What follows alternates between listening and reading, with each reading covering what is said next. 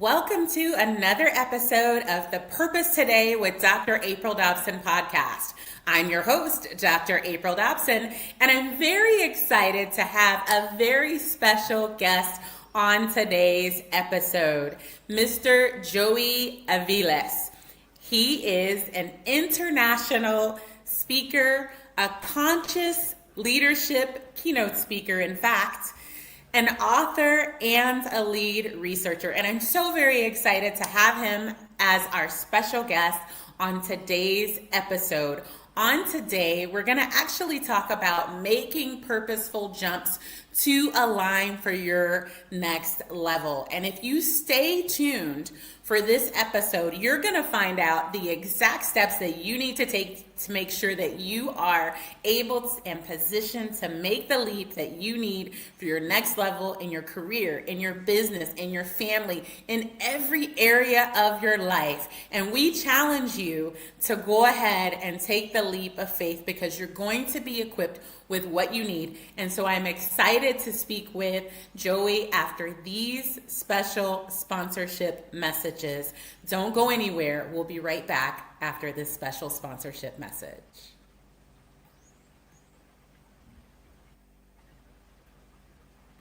Dreaming of writing a book, launching a podcast, or creating a digital course? Ready to finally align your career, creativity, and impact? The Purpose Aligned Life Premium Coaching Cohort is here to help you turn purpose into reality.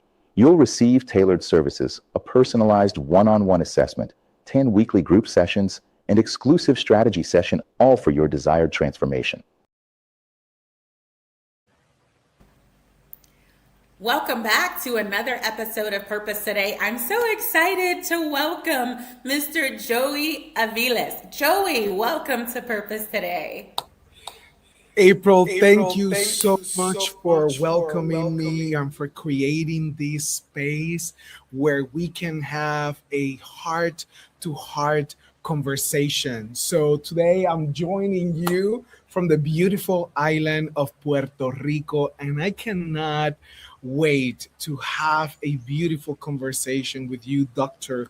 Dobson, and your amazing audience, because the central question, will you take the leap of faith, is so powerful that I cannot wait to share a few nuggets of wisdom and gems with your audience and explore what that jump, what that leap of faith looks like. So thank you for having me.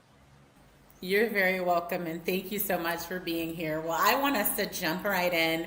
I know I shared just a little bit about you at the beginning, but I know that our viewers are probably wanting to know more. So can you just share more insight about yourself and your family with our audience? You know, Dr. April, before I am a speaker, an author, a researcher, I am a husband, a father, I am a son, and those three roles come always at the top. I'm also a man of faith and a proud Puerto Rican. You know, everywhere and every stage that I walk on, I always share those three identifiers first. Now, the work I do, it comes after, but it's so connected to that. And my work has powerfully evolved during the last 2 decades. I help leaders navigate the human messiness, the human messy moments that literally determine if the strategy that you're seeking to execute in your organization or in your life lives or dies. So, in other words, I help capable leaders become undeniable in their contribution, irreplaceable in their humanity, and unshakable in the moments that matters the most. And we will unpack what does that means through our conversation. But you know, in 2026 and beyond, here's what I have found, Dr. April. The goal no longer is to become invincible. The goal is to be so present, so undeniable that who you are and what you bring to the table cannot be deterred by a market, by an opinion, by a shift or disruption, but who you are just will overcome all the noise that is in our businesses and in our communities, so prevalent and present. I love that. Thank you so much for sharing. And you said something that I want us to unpack a little bit more.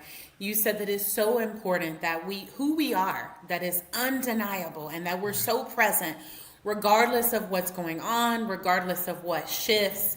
And I know that there may be people who might be watching and they may be saying, Joey, there's things shifting all around me. How do I stay present? How do I be my authentic self? How do I stay aligned with purpose? What keys and strategies would you tell a person who might be wondering that? You know, becoming a father truly transformed how I see things, how I experience things. The world is competing for what I believe is the most critically important asset, and is our presence. Presence is driven by time, by our most important commodity, time. And before becoming a father, that was my biggest concern. How do I stay present in the life of this precious life that have been entrusted to me? And I went deep into this, and the most important aspect in being present is, number one, intentionality, is understanding that there are so many competing forces and that my presence is the biggest gift I can give to anybody. So that's number one, understanding the importance. Number two is the intentionality, is like, let me leave this phone outside of the room when I'm playing with these kids so nothing gets in the way. So that intentionality becomes our most powerful weapon in being present. And third is understanding that when we give our undivided attention to someone, we are not only enriching the life of that individual, we are investing in the future generation. And I know those three answers are extremely relevant, whether you are the CEO of a global organization, whether you are starting your business. So my top question for you is, who are you giving your presence to? And number two, how good, what's the quality of that level of presence that you are giving people? Those two questions will determine how well you're investing your time. That's so good. That's so good. Thank you so much for sharing those tips.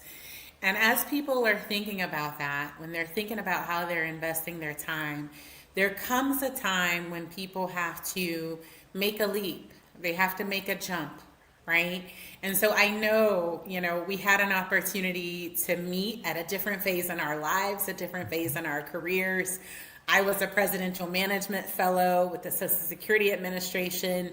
We were both in the DC area, and you were in a critical role at a time. And I heard you speaking, and you just really moved me. And we've stayed connected since that time. And I know for you've had a lot of changes in the trajectory of your career, from deputy director in the defense sector to chief of diversity and inclusion to, in the Coast Guard, right? And then to now really having a center stage. You have transformed so many lives as a transformational speaker, as an executive coach. And so I really know that you have all of the expertise, all of the insight on making transformational, purposeful jumps. And so I want you to really just take us back. If you can do that, can you take us back to the time, the moment when you actually knew that it was a time to stop investing your attention and your time in one area to actually make a leap that you needed to make? And what did that inner purpose alignment feel like before you actually took that jump? You know, traveling back to that time brings to my heart, to my brain, to my soul, the following. The jump did not begin the day I left government. The jump began 10 years before that. And the best way I can summarize it was a collection of moments that led me to that final jump. I even had a theme for I call it the jump, like literally call it the jump, because it took me so long. And when I say so long, I was so determined to make that transition, but it took me 10 years or more, 10 to 15 years of purposely preparing to make that leap. And everyone listening to this conversation, you have your own time, your own schedule, your own timeline. So for each one of us is going to be different. But for me, it was the first time that I got invited to keynote a conference. The first time that I got paid for a conference to speak. The moments I had to say no because my full-time job at the time came first, or the moments where the pressure of misalignment was no longer worth it. So I had to walk away from a version of success that had completed its assignment. And walking away of that identity of success, of that version of success, was one of the most difficult steps that I had to do, because leaving that position, leaving that title, leaving that life was literally a process of surrender. And Dr. April, I know that you have gone through your own version of surrendering something that matters, and that takes a lot. So I had to surrender a title, surrender the sense of certainty, surrender institutional identity that comes with a position of power, and most importantly, I had to surrender a predictable pathway. That predictability that is so important. So I returned to Puerto Rico, which I call home, and I started building a platform around research, speaking, executive coaching, and eventually, the book that I published literally a year ago. Last Friday was the first year anniversary. So I do want to share with your audience kind of a jump test that I use, and these are 4 quick steps that I believe anyone can answer or apply. Number 1, the calling keeps returning. Even after you dismiss it, ignore it, or block it, that calling keeps calling back, kind of haunting you. Number 2, it is connected to service. Your jump is not about you, but about those that you are meant to serve. So finally, you have understood that your ego should not be at the center stage, but is those that you're meant to serve. Number 3, there is clear, undeniable evidence that your gifts can produce value. And I'm not just talking about money, but I'm not ignoring money here, okay? Money is and should be included in that conversation. And number 4, you have prepared for the jump. The jump is not an emotion that you're following. The jump is something that you have prepared for. And we can go deeper in any of those, but those 4 test questions can help you define if you're ready to jump, to take that leap of faith. I love that. Those are excellent, excellent points. And they're there on the screen for people to take notes. You said a lot of things that I think we need to unpack more. You said that for every person, it's different. And you prepared. You prepared for 10 years. You took time. And you had to be willing to walk away from the title. You had to be willing to walk away from the certainty. And, ultimately, we have to submit what we're doing to God. We have to let Him lead us. We have to let Him guide us in everything that we're doing. I left government last year. I retired. And it was a situation that I had no way of knowing what was going to happen until God revealed it to me. And so I had to do what He was telling me to do, even in the absence of evidence, right?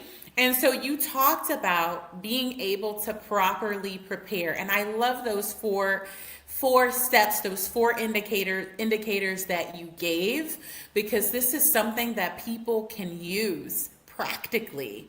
And so I want to ask you, when you talk about it being purposeful and it being a different time period for each person, when they use these 4 steps, how do they know whether or not I'm planning purposefully, I'm in the process that I need, I've made sure that this calling keeps returning, but how do I know if I need to keep the preparation or if it's time for me to move because I'm operating in fear and I'm letting fear hold me back?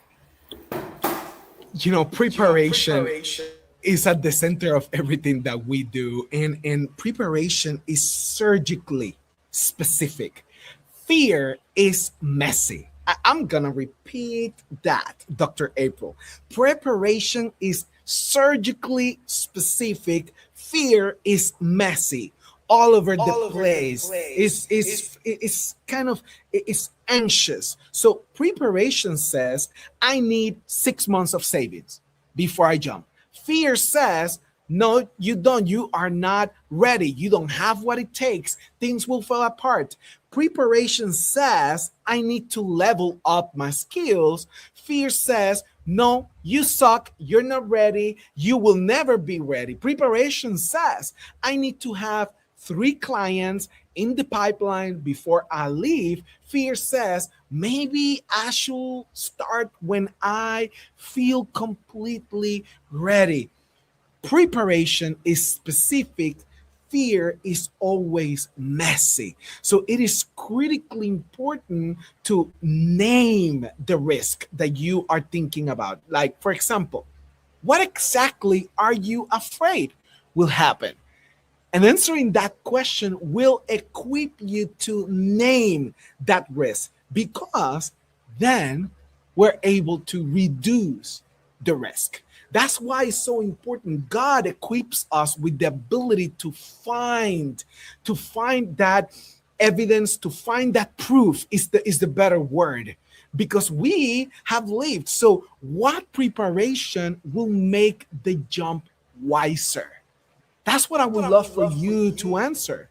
And once you answer that, then you can test the direction. Can you pilot the idea before making the full leap? Because that piloting, Dr. April, was what helped me when I leap to make the same amount of money that I was making in government and a little bit more. But I tested the waters a little bit before. And then lastly, after you test the direction, you have reduced the risk, you have named the risk, then I want you to set a decision date, because often we keep dreaming and thinking about it. So when we set a deadline, that decision date, then we can think about, preparation without a decision point can become sophisticated avoidance. And we avoid and avoid and avoid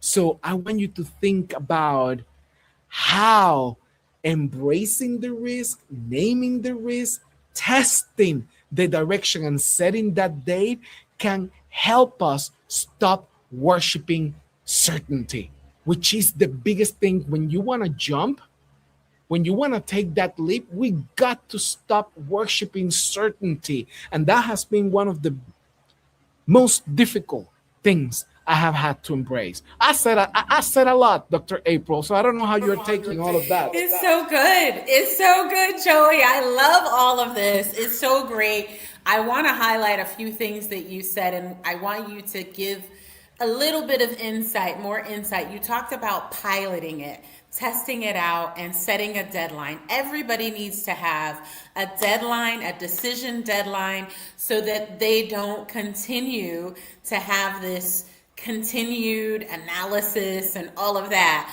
So when you talk about piloting, can you give us just a short insight on what piloting it looked like for you before you made the shift? Before I launched my book, Choose to Live, and yesterday I was having a powerful conversation with a mentor, and I said, before I put the book out there, I piloted those 5 sections in the book with real clients. And you know what, Dr. April? I kept changing, editing, improving. Piloting is about improving your work. It's about making it so good, so delicious. It's like simmering. Think about your favorite food. When you simmer it, when you let it rest, when you allow fire to slowly cook, the flavors become stronger, more clearer, more specific. So that's what I mean with piloting, is putting your work out there in the world so you can take feedback, so you can try it, so you can see, that worked. Oh, that flopped. So you can make small shifts that will make a big difference. That's so good. I love that. And I want us to segue into your book, right? Because we've talked about it a little bit.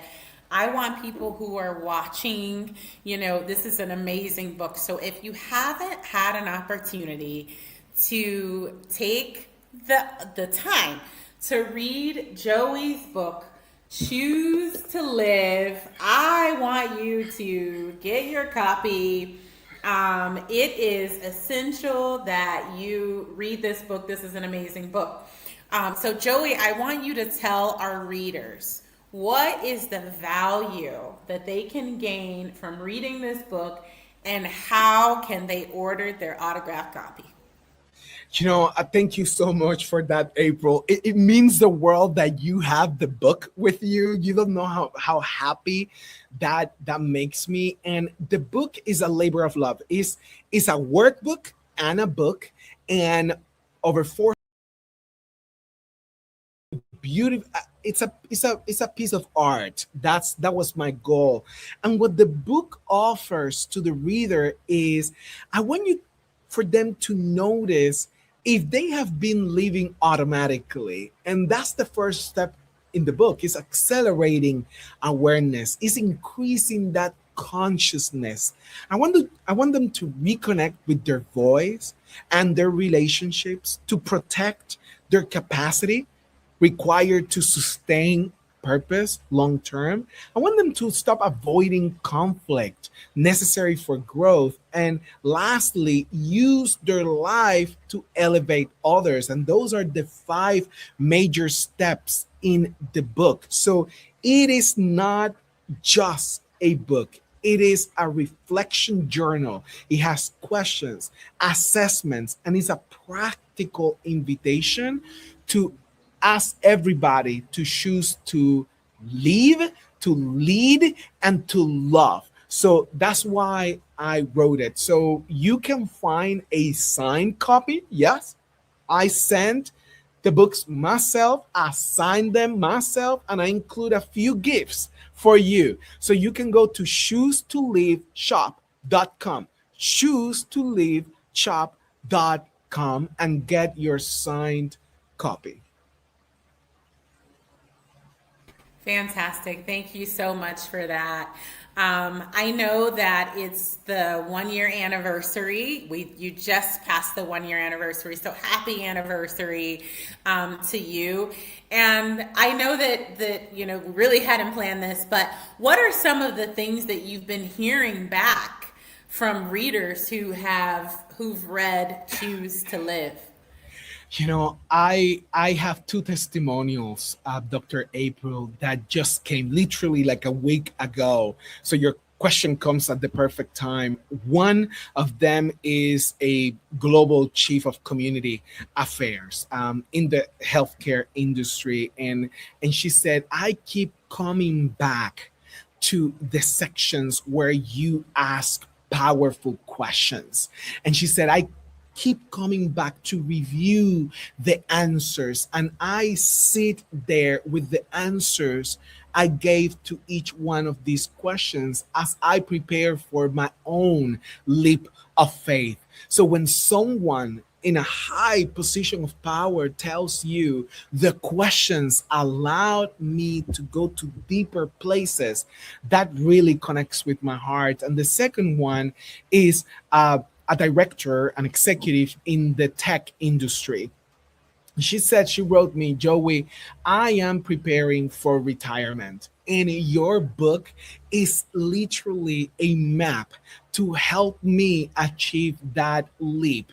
And answering the questions, listening to your stories, seeing how you reacted and how you face this plethora of challenges is really a gift that I plan to take with me. And she actually sent me a handwritten note, Dr. April, from New York City all the way to Puerto Rico, just to say all of that.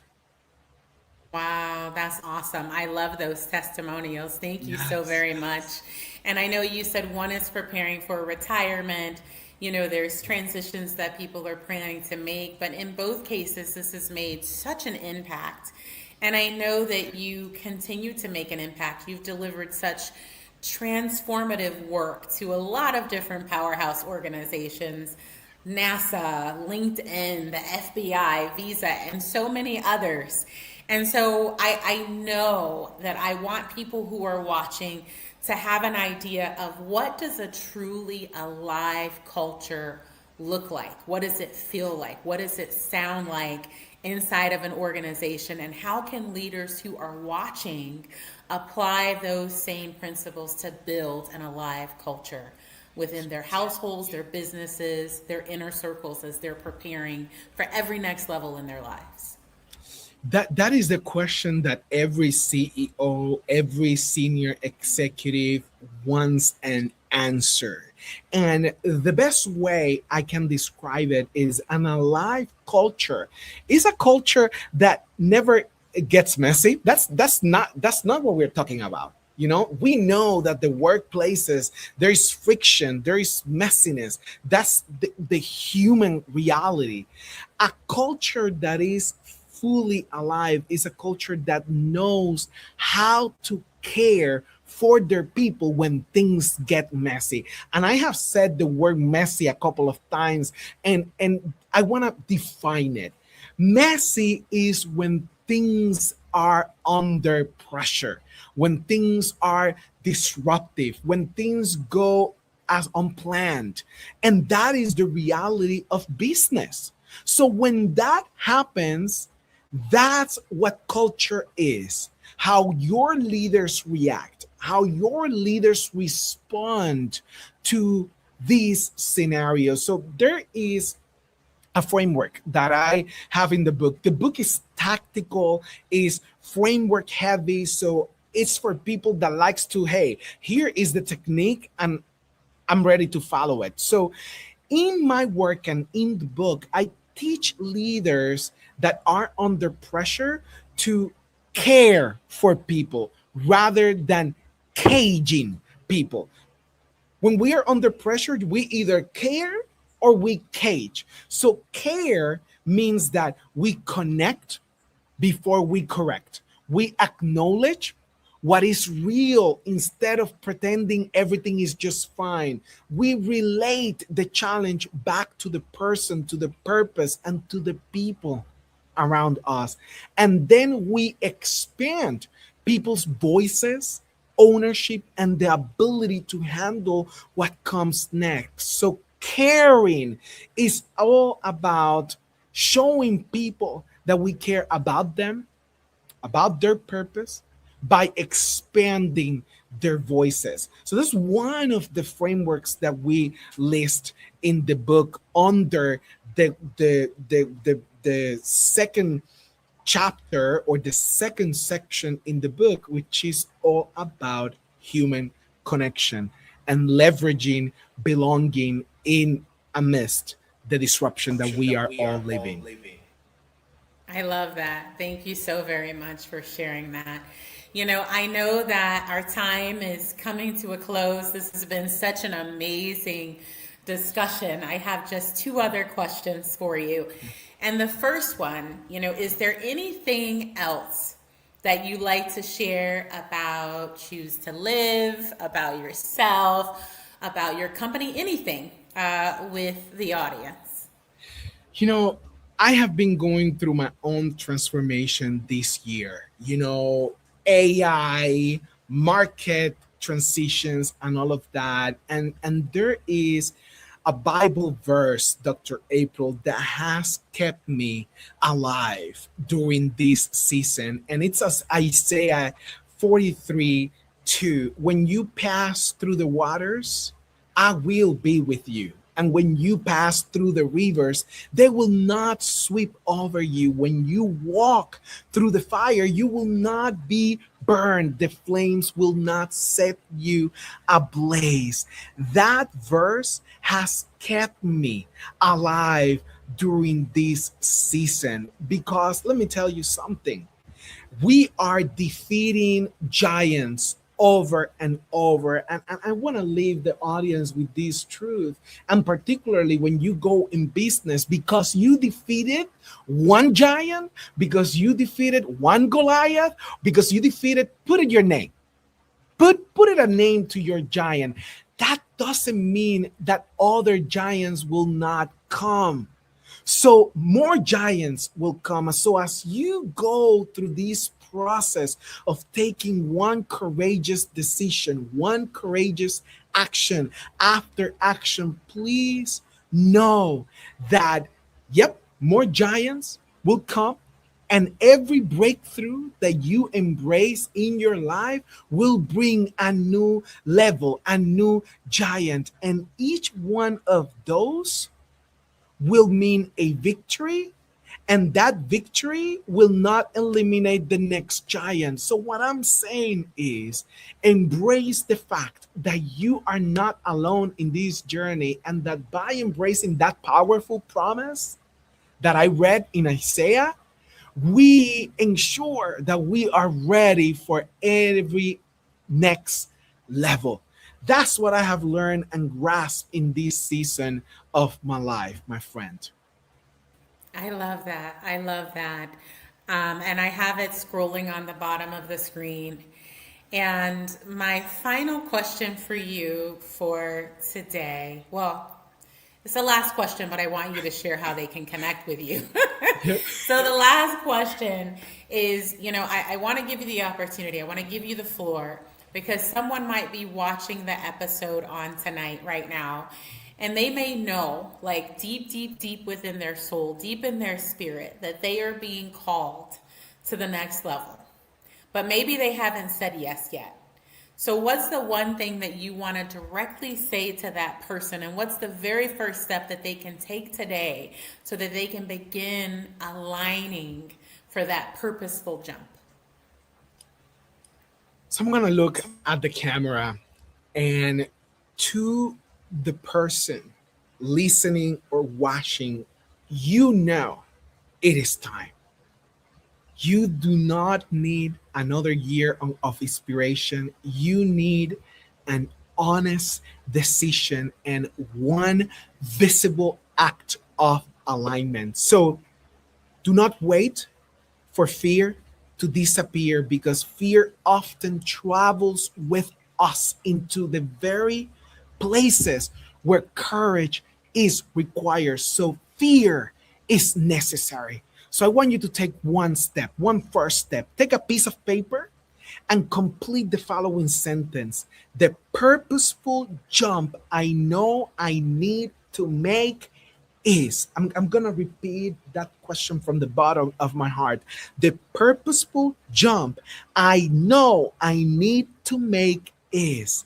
And then create 3 quick columns. What I already know, what I genuinely need to prepare, and what I can do in the next 24 hours.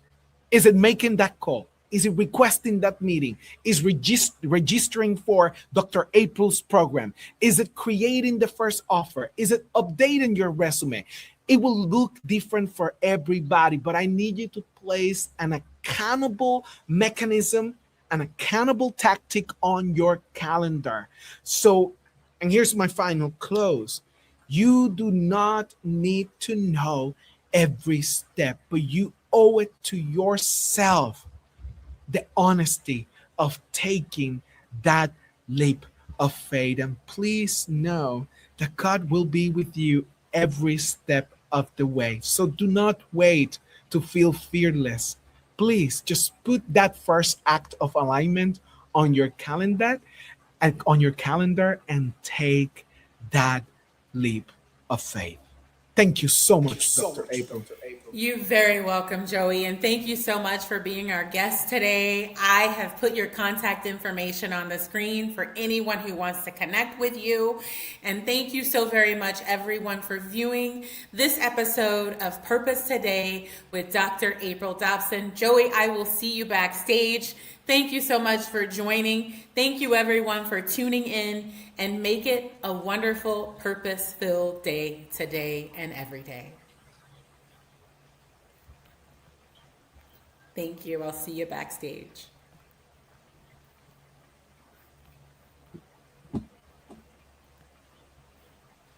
Dreaming of writing a book, launching a podcast, or creating a digital course? Ready to finally align your career, creativity, and impact? The Purpose Aligned Life Premium Coaching Cohort is here to help you turn purpose into reality. You'll receive tailored services, a personalized one-on-one assessment, 10 weekly group sessions, and exclusive strategy session, all for your desired transformation.